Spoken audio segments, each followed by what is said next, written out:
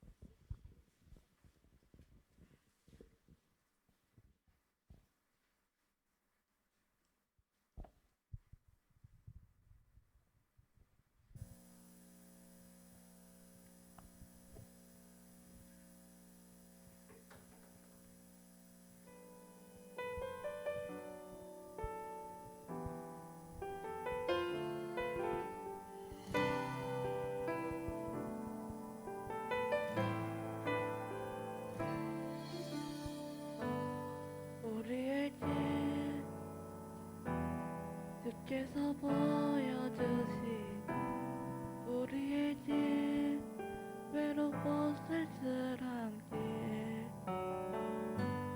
우리의 길 세상의 길보다는 우리의 길 올라가야 할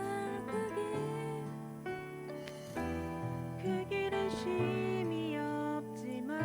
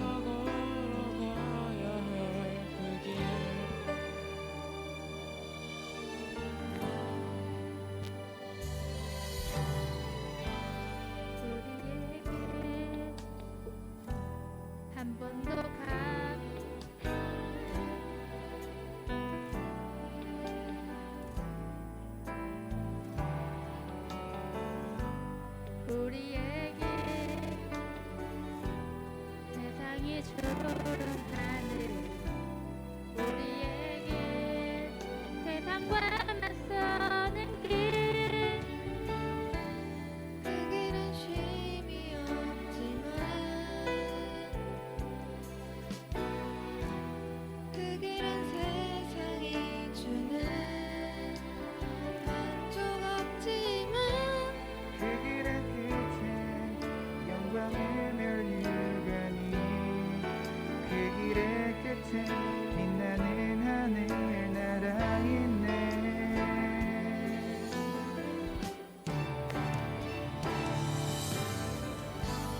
우리의 길,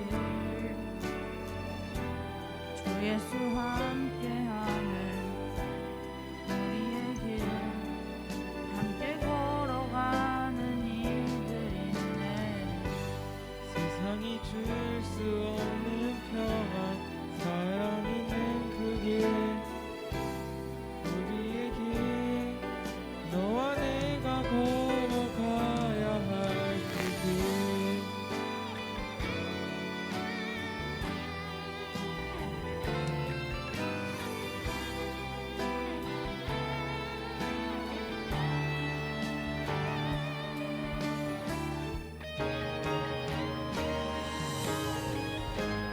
우리의 길, 주 예수 함께하는 우리의 길, 함께 걸어가는 이들 있네. 세상이 줄 수 없는 평안, 사랑 있는 그 길, 우리의 길, 너와 내가 걸어가야 할 그 길, 우리의 길, 주 예수 함께하는 우리의 길, 함께 걸어가는 이들 있네. 세상이 줄 수 없는 평안, 사랑 있는 그 길, 우리의 길, 너와 내가 걸어가야 할 그 길, 너와 내가 걸어가야 할 그 길.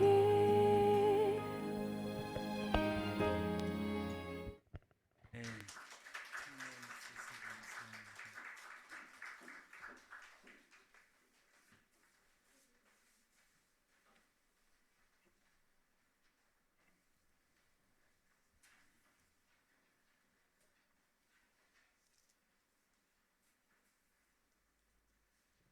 성미 얘기는 왔는 것 같은데 성미가 보이질 않네. 앞으로 나오세요.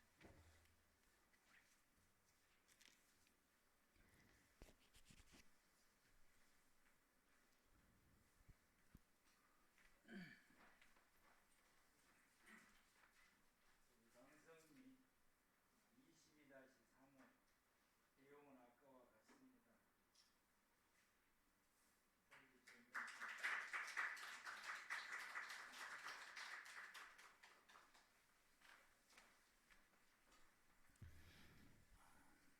열심히 하시길 바랍니다.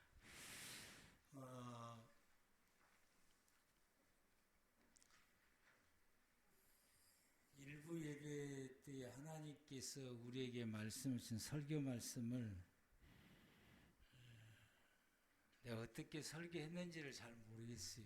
원고대로 원한 거 그때 하나님 주신 말씀으로 2부 때도 하나님께서 우리에게 어떻게 말씀을 주실지 잘 모르겠습니다. 오늘 말씀의 제목을 은혜로 사는 세상. 우리가 설교를 준비할 때 제가 이 설교 제목을 정하는 것이 상당히 어려움습니다. 왜냐하면 그것이 이 설교의 모든 내용을 함축할 수 있는 그것이 돼야 되기 때문에 그래서 여러 가지 고민을 하고 고민하고 여러 가지 제목을 정하다가 오늘 말씀의 제목을 은혜로 사는 세상이다. 우리 사랑하는 모든 성도 여러분들이 지난 1년 동안 살아왔던 우리의 모든 생활들을 뒤돌아볼 때에 여러 가지 많은 우여곡절도 있었지만은 그래도 하나님의 은혜로 우리가 살아왔다라고 고백하게 되고 또 이번 2020년 생활도 역시 은혜로 살아가는 삶이 되기를 바랍니다. 성경에서 보여주는 인간의 삶은 크게 두 종류로 드러나게 되는데 하나는 이제 힘으로 사는 세상입니다. 자기에게 주어졌던 그 힘으로 살아가는 그 모습인데 이 모습을 보여주는 것이 가인의 후손들이 살아가는 그 모습들이고 또 은혜로 살아가는 그 모습은 아벨의 후손들이 살아갔던 그 모습들이고요. 창세기 2장에 나타났던 아담의 삶의 모습은 하나님의 은혜로 살아가는 삶의 모습이다라고 하는 것입니다.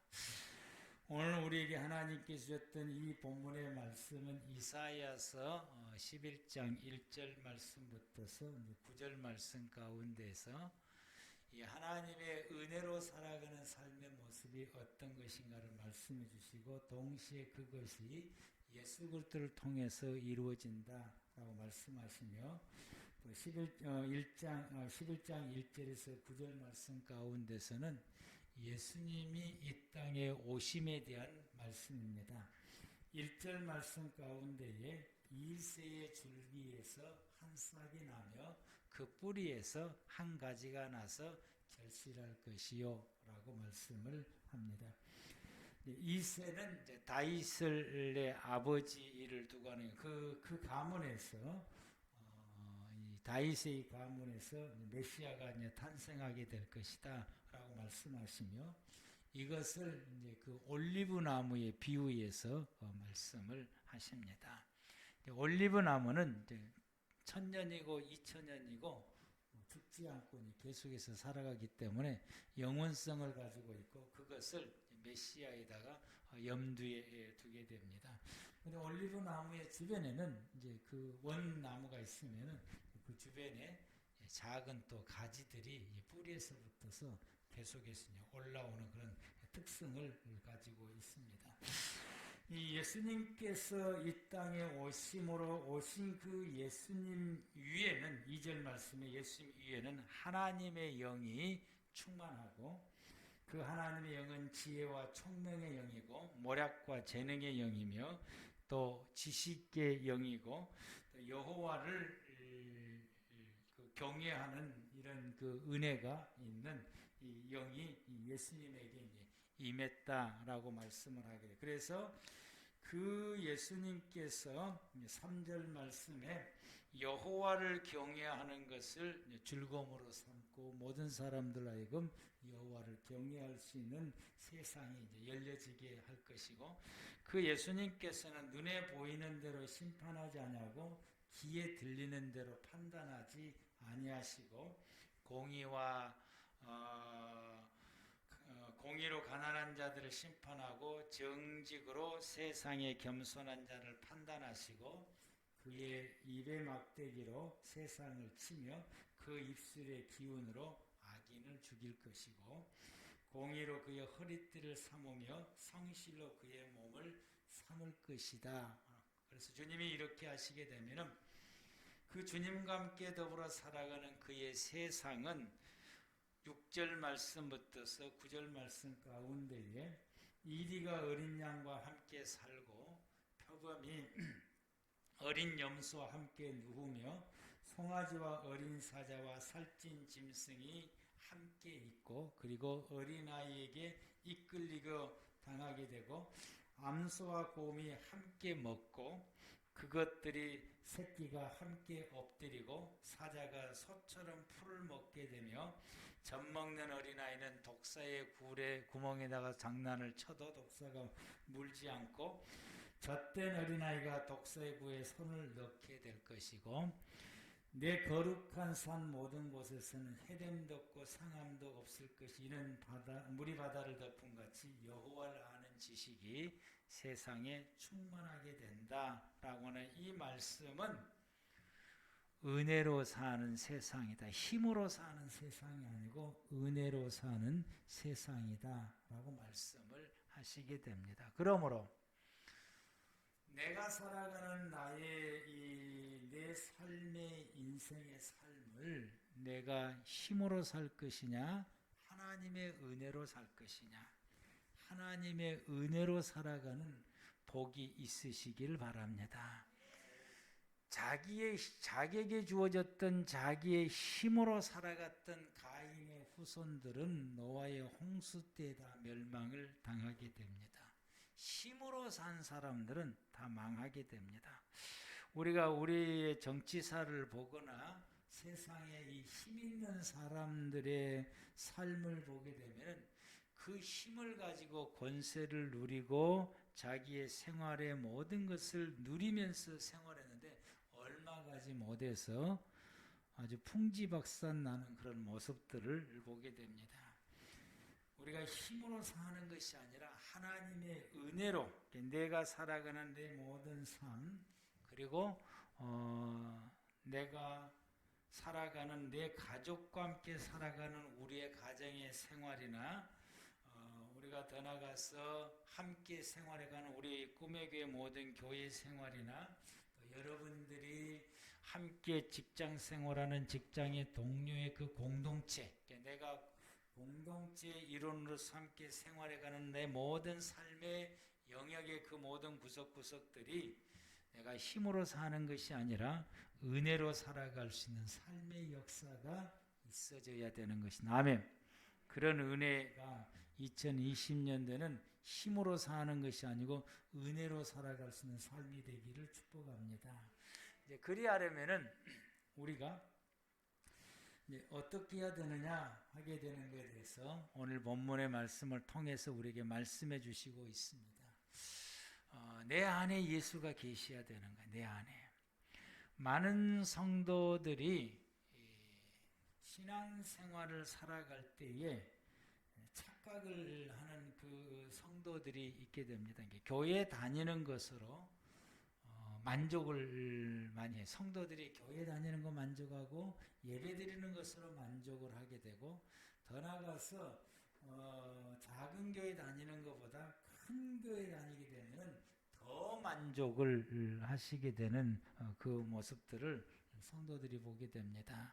그런데 우리는 교회 다니는 것으로 만족하는 것이 아니라 내 안에 예수님이 계시는 것으로 만족을 하셔야 돼요. 아멘. 주님이 내 안에 계셔야 돼요. 우리가 아무리 큰 교회를 다니고 또 수년을 신앙생활하고 교회를 다니고 교회 가운데서 내가 어떤 직분과 어떤 직책을 가졌다 할지라도 내 안에 예수님이 계시지 않으면은 아무런 의미가 없습니다. 믿음의 모든 성도들은 우리가 교회 안에서 어떤 일을 맡아서 하는 것도 중요하고 또 교회 다니는 것도 중요하고 작은 개척교회보다 큰 교회 다니는 것도 더 크게 생각할 수도 있기도 하고, 아니면 내가 작은 교회에서 내 힘을 다해서 돕는 것을 더 크게 생각할 수 있는데, 이런 모든 것보다도 주님이 내 안에 계시냐 안 계시냐, 예수님이 내 안에 계셔서 우리가 그 예수님에게 사로잡힌 자 되고 예수님이 내 안에 계시고 예수로 만족하는 모든 성도 여러분들 되시길 바랍니다. 예수님이 내 안에 계시 예수로 우리가 만족해야 되는 것이고, 그분이 내 안에 계시게 되면은 여러분 우리가 아무런 염려와 걱정이 없습니다.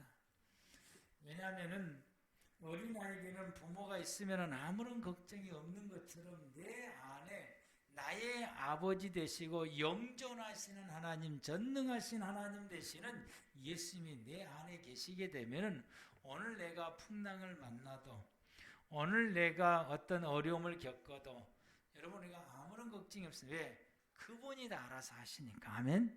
그분이 다 알아서 하시니까. 여러분은 그 어린아이들이 예전에 이 부산에서 어떤 목사님이 어떤 집사님이 자수성가를 해서 열심히 해가지고 자수성가를 해서 이제 가게 집을 하나 지어가지고 가게 이제 오픈을 해서 이렇게 자기 가게에서 건물을 지어서 자기가 오픈을 해서 이제 거기서 이제 열심히 하고 있는데 불이 나갖고 다 타져 없어져 버렸어요. 이제 그러니까 이제 이 얼마나 기가 막히겠습니까? 고생해서 집을 한 채 지었고 가게 집을 지어서 이제 거기서 크게 확장을 해서 열심히 이제 돈 벌고 생활을 하고 있는데 불이 나갖고 옴싹 다 타버렸으니 얼마나 기가 막히겠어요. 그래서 이 부부 집사가 기가 막히게 집에 이제 있게 되는데 목사님하고 권사님하고 신방을 갔는데 목사님이 뭐라고 할 말이 없는 거예요. 이제 어떤 위로의 말도 못 찾겠고 어떻게 할 말이 없으니까 이제 아랫목에 앉아서 그냥 고개 숙이고 그냥 가만히 예배를 인도해야 되겠는데 예배를 인도할 어떤 엄두도 안 나고 또 두 분 집사님은 고개 쳐박고 이제 그 고개 숙이고 눈물만 줄줄 흐르고 있는 이분들 앞에서 내가 뭐라고 하나님 앞에 예배드리며 말씀을 전해야 될지 목사님 그걸 잡지를 못하고 있었는데 문 밖에서 그 집의 아이들이 아주 신나게 놀고 있는 거예요. 이제 엄마 아버지는 망해가지고 아주 시름에 차 있고 어떻게 될지 모르고 그러고 있는데 아이들은 신나게 놀고 있는 그 모습을 보니까 하나님께서 깨우쳐 주시는 거라. 아 이거구나. 그래서 예배를 드리기 시작했고 그에게 예배를 드리면서 말씀을 전하는 것이 이걸 전하면서 하나님이 우리 안에 계시면 예수님이 내 안에 계시면은 뭐가 걱정이냐? 이 아이를 봐라. 아버지가 완전히 망했는데도 아버지가 함께 있는 이 집안에 저 아이가 아무런 걱정하지 않고 신나게 놀고 있잖아요. 아버지가 계시니까 아버지가 망해도 아버지가 계시면은 아무 염려 없다고 신나게 노는 저 아이들처럼 우리에게는 망하지 않은 하나님, 아멘. 하늘과 땅을 지으신 하나님, 전능하신 하나님, 우리의 모든 기도를 들으시는 그 예수님, 내 인생의 모든 문제를 해결해 주러 오시는 그 예수님이 내게 계시고 그분이 내 안에 계시다고 한다면 내가 어떤 일을 만나든지 사업이 망한다 할지라도 건강을 잃었다 할지라도 내가 무슨 일을 닥쳤다 할지라도 아무런 염려가 없다라고 하는 것입니다. 그분은 왜? 그분은 오늘 2절에서 하시는 말씀이 그분은 지혜와 총명과 모략과 재능과 지식이 충만하신 하나님, 무엇이든지 해결할 수 있는 능력을 가지신 예수님이시다 라고 말씀하죠. 내 인생의 모든 문제를 다 해결할 수 있는 이 모든 권능을 가지신 주님이 이심으로 그 주님이 내 안에 계시면은 아무런 염려 없습니다. 믿음의 생활, 신앙의 생활은 교회를 다니는 것으로 만족하자냐고 큰 교회 작은 교회로 가늠해서 우리가 만족하는 것이 아니라 예수님이 내 안에 계시냐 안 계시냐로 우리가 만족해야 된다라고 하는 것입니다. 주님이 여러분 심령 가운데 임재해 계셔서 함께 거하시길 바랍니다. 아멘. 주님이 우리 가운데 계시게 되게 되면은 예수님에게 하나님의 영이 임하는 것처럼 주님이 내 안에 계시게 되면은 내 안에 하나님의 성령이 우리 가운데 임재해 계시게 됩니다. 하나님의 성령이 충만한 성도가 되시기를 바랍니다. 하나님의 성령이 충만하게 임하게 되면은 우리들이 하나님 앞에서 지혜로운 자가 되더라고요. 하나님의 성령이 충만한 사람들은 어떤 일이든지 잘 헤쳐나갈 수 있는 능력이 그 속에서 발휘하게 되고 지혜가 열리고 문제점을 볼 수 있는 눈이 열려지게 되고 해결할 수 있는 길이 보여지게 되므로 이 모든 일들을 잘 헤쳐나갈 수 있는 역사가 임하게 되고 이런 성도들, 하나님의 성령이 우리 가운데 충만하게 임하는 이 성도들은 하나님을 경외하고 예배하는 것을 즐거움으로 삼게 됩니다. 여러분들이 하나님을 예배하고 하나님을 경외하고 하나님을 찬양하고 하나님께 기도하는 것을 즐거움으로 삼으셔야 돼요. 짐으로 삼는 것이 아니라 기쁘고 즐거움으로 삼는 우리 믿음의 모든 성도 여러분들 되시길 바랍니다. 우리 성도들 가운데서 여러분들은 어떠신가는 모르겠는데요. 우리가 보면은 믿음의 생활하는 성도들 가운데서 외부적으로는 먹을 것이 풍부해요. 많이 먹어요.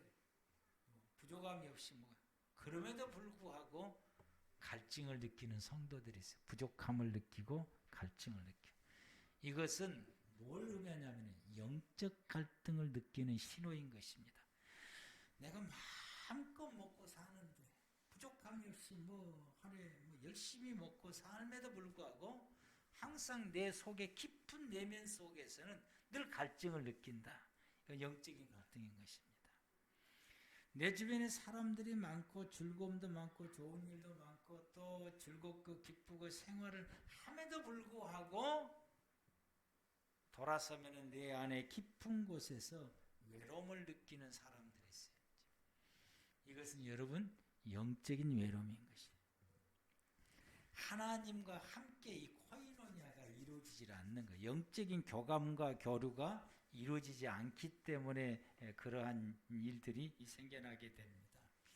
하나님과 나와 하나 되어서 영적인 교감을 느끼고 또 그 감동을 받고 은혜를 느끼고 하나님과 함께하는 그런 이 은혜의 이 역사의 삶, 기쁘고 즐거워 하나님 함께하는 그 자체가 감격이 되고 감동이 되고 그 은혜가 내게 있게 되면은 때로는 그 은혜에 취하기도 하고 마치 술 취하는 사람처럼 하나님의 은혜에 취하기도 하고 또 그 은혜가 충만해서 기쁘고 즐겁고 예배드리며 하나님 앞에 기도하는 것이 기쁘고 이런 이 믿음의 생활을 살아가는 성도들 가운데 있게 되게 되면은 그의 영이 충만할 뿐만 아니라 감성도 충만해지게 되고 정신적으로나 마음도 충만해지게 되어서 사람들을 대할 때에 다릅니다. 또 얼굴빛도 다르게 나요. 그 얼굴빛에서도 하나님의 은혜가 그 얼굴빛에 드러나게 되고 사람들을 대할 때 넉넉하게 마음을 가지고 대하게 되고 친절한 언어와 친절한 행동들이 당연히 나올 수밖에 없게 되는 이 모습입니다.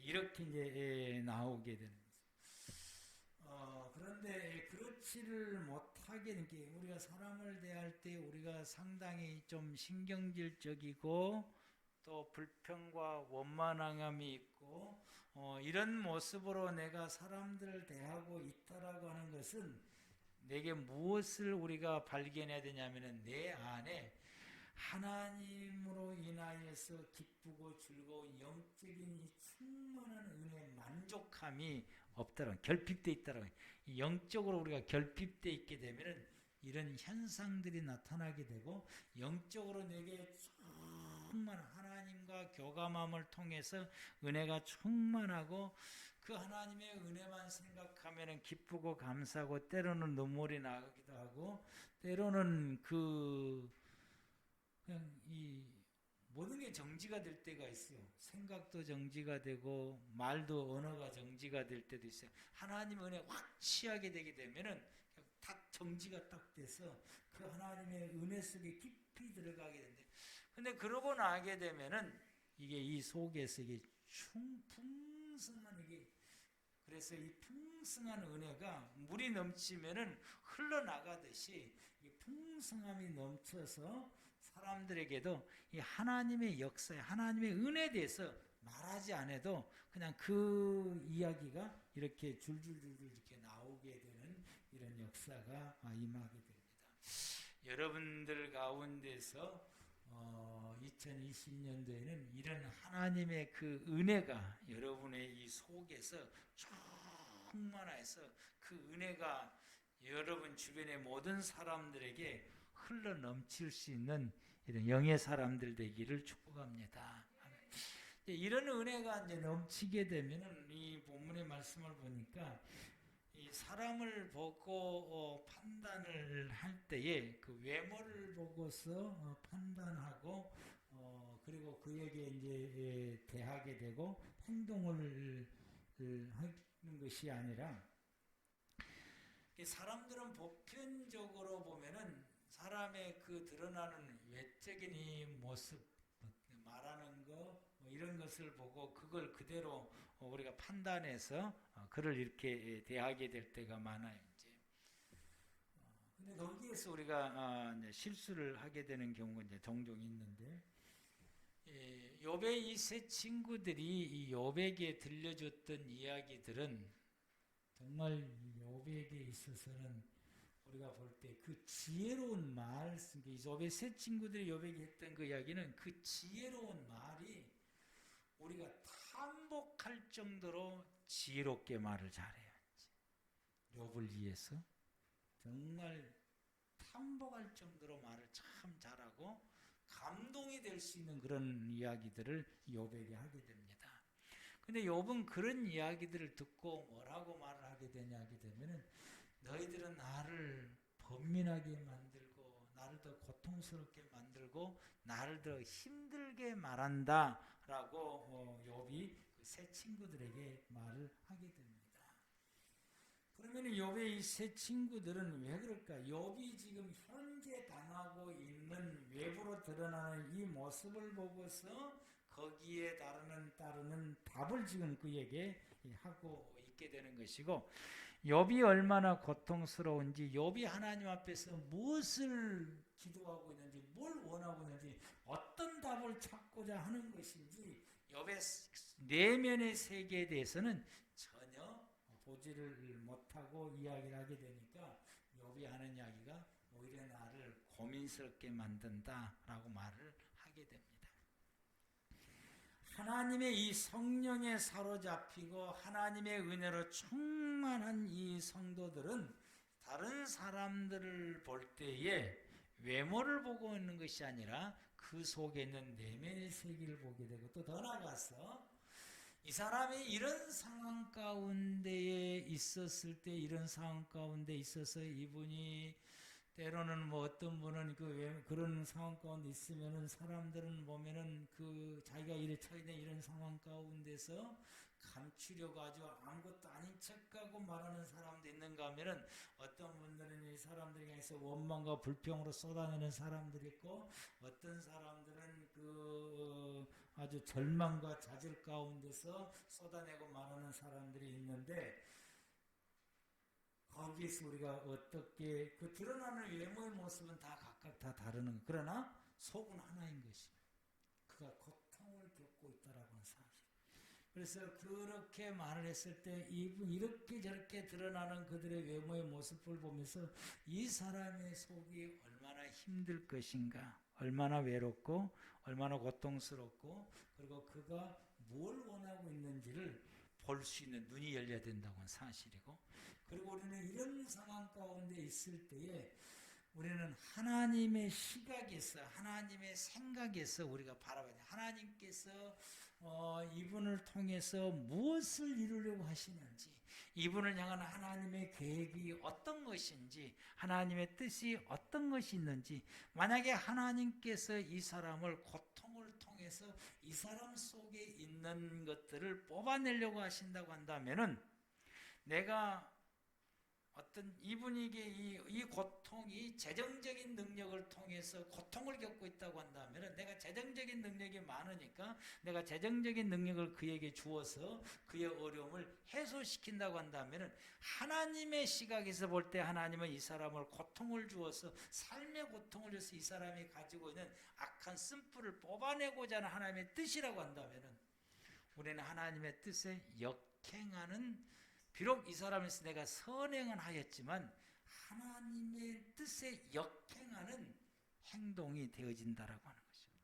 그래서 우리가 누군가를 도움을 줄 때에, 누군가를 위로해 줄 때에, 누군가를 격려할 때에, 그것은 내 생각과 내 판단, 내가 그 사람의 처해 있는 외형적인 모습을 보고 내가 판단해서 내 생각으로 그리고 내가 생각하는 그런 가치관을 가지고 그를 판단해서 그를 돕는 것이 때로는 그를 망칠 수도 있다라고 하는 것입니다. 그래서 우리는 이런 상황 속에서 하나님의 시각으로 볼 줄 알아야 되고 하나님의 생각으로 보고 판단을 할 줄 알아야 돼요. 하나님께 이분에게 뭘 지금 원하고 있구나, 뭘 하려고 하시는구나.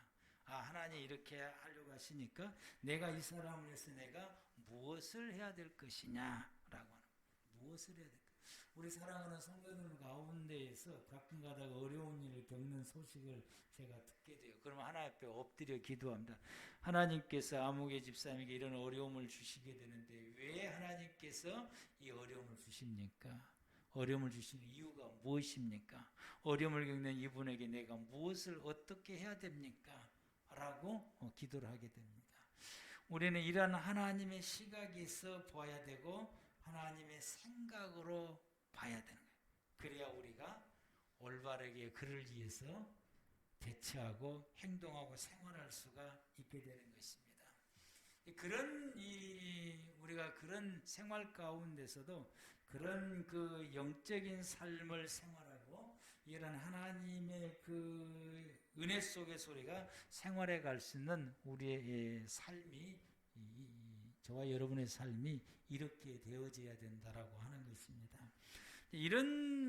이렇게 우리가 생활을 보편적으로 사람들은 겉에 드러나는 모습을 보고 내 생각대로 우리가 판단을 하게 되고 그리고서 내가 이 사람에게 뭘 해줘야 될 것인지 말아야 될 것인지를 결정을 하게 되고 그렇게 우리가 행동을 하는 것이 일반적인 사람들의 생활의 모습이었습니다. 그러나 예수님이 내 안에 영접하고 그 주님과 함께 더불어 성령 충만하고 하나님의 은혜로 교감하면서 은혜 충만한 가운데서 생활하는 주님 한 분으로 만족하는 신실한 믿음의 성도들의 삶은 다르다라고 하는 거죠.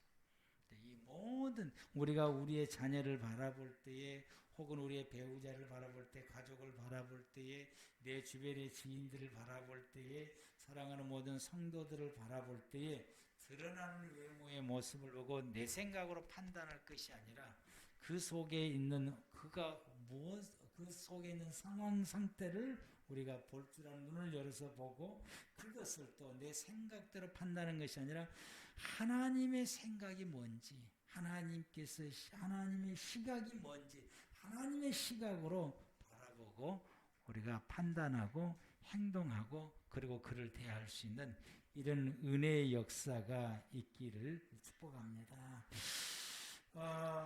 그렇게 생활해가는 그런 믿음의 바탕이 형성된 이런 성도들은 그의 모든 생활이 이제 어떻게 생활하게 되느냐 하게 되면 힘으로 사는 생활이 아니라 힘을 빼고 은혜로 사는 생활인 것입니다. 우리가 6절 말씀부터서 9절 말씀까지 우리 함께 합독하시겠습니다. 시작. 그때의 이리가 어린 양과 함께 살며 표범이 어린 염소와 함께 누우며 송아지와 어린 사자와 살찐 짐승이 함께 있어 어린아이에게 끌리며 암소와 곰이 함께 먹으며 그것들의 새끼가 함께 엎드리며 사자가 소처럼 풀을 먹을 것이며 젖먹는 아이가 독사의 구멍에서 장난하며 젖된 어린아이가 독사의 굴에서 손을 넣을 것이니라. 내 거룩한 산 모든 곳에서는 해됨도 없고 상함도 없을 것이니 이는 물이 바다를 덮은 같이 여호와를 아는 지식이 세상에 충만할 것입니다. 아멘. 이리가 어린 양과 함께 있으면 이리가 어린 양을 잡아먹는 것이 이치입니다. 표범이 어린 염소와 함께 있으면 당연히 표범이 어린 염소를 잡아먹는 것이고요. 아무튼 이 힘 있는 이 짐승들이 힘 없는 짐승들을 잡아먹으며 생활해가는 것이 우리가 자연의 이치라고 볼 수가 있습니다. 이러는 것처럼 사람들이 살아가는 세상은 이런 구조로 되어 있다라고 하는 거예요. 이런 구조로 되어 있는데 이런 구조 속에서 이리가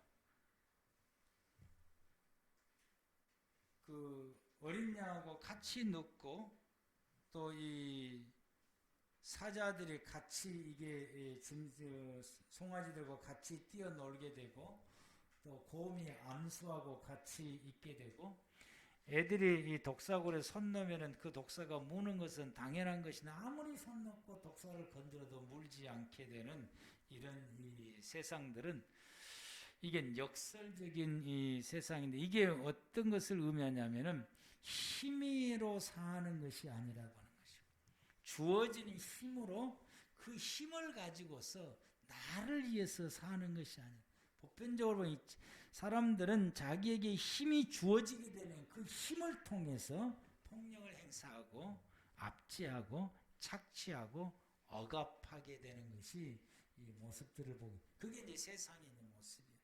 그러나 예수 안에서 살아가는 세상은 예수님과 더불어서 살아가는 그 세상은 그런 삶이 아니라 내게 하나님이 내게 주어지는 힘을 주었을 때 그 힘을 빼고 그리고 마치 이 이리가 어린 양과 함께 사는 것처럼 내가 이 힘을 가지는 이 이리가 힘없는 어린 양을 도우면서 같이 사는 것이고 힘을 가진 포범이 힘없는 어린 염소와 함께 어깨동무하면서 같이 누워있게 되는 것이고 힘있는 사자가 힘없는 이 송아지와 살찐 짐승들과 함께 생활을 하게 되고 암소와 곰이 한 밥그릇에서 같이 음식을 먹어도 싸우지 않는 같이 음식을 공유하고 나눠 먹고 생활해도 싸우지 않는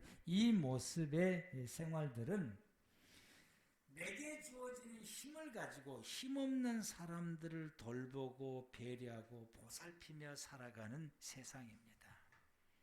이게 하나님이 꿈꾸는 세상인 거죠. 하나님이 원하시는 세상인 거죠. 그게 예수 안에서 생활해가는 성도들의 삶이다라고 우리에게 말씀해 주시고 있습니다. 그러므로 저와 여러분들이 주님과 더불어서 살아가는 이 2020년도의 생활은 내가 힘을 가지고서 군림하면서 살아가는 삶이 아니라 하나님이 내게 은혜 주시는 대로 하나님이 내게 능력 주시는 대로 하나님이 내게 힘 주시는 대로 어떤 힘을 주시든 내게 힘 주시는 그 힘을 가지고서 내 주변에 가난한 사람들 어려운 사람들을 내가 돌보고 배려하고 그들과 함께 더불어서 생활해가는 하나님의 나라를 이루어가게 되므로 내가 살아가는 내 곳, 즉 내 거룩한 산 모든 곳에서 내가 살아가는 나의 삶의 모든 영역 가운데서는 해된 것도 없고 상함도 없고 더불어서 함께 생활해가는 이 은혜 이곳에 물이 바다를 덮음같이 하나님의 아는 은혜가 충만해지는 것처럼 내가 살아가는 나의 모든 삶의 영역 가운데 하나님의 은혜가 하나님의 말씀이 하나님의 돌보심이 하나님의 축복하심이 하나님의 가르침이 온 그 생활 영역 가운데 가득 차서 모든 사람들이 더불어서 평화스럽게 생활해가는 삶의 영역들이 되기를 축복합니다. 여러분의 인생에 이런 삶이 있어지고 여러분이 살아가는 여러분의 가정의 삶이 이런 은혜의 삶이 있어야 됩니다. 그래서 아픔도 없고 고통도 없고 상함도 없는 이런 그 은혜의 삶이 있어야 되고 우리 교회가 당연히 그러한 교회로 되어져야 되고 여러분이 일하는 일터가 이런 하나님의 나라 평화의 시대에 아버지의 축복의 삶의 역사가 있기를 축복합니다. 기도하겠습니다.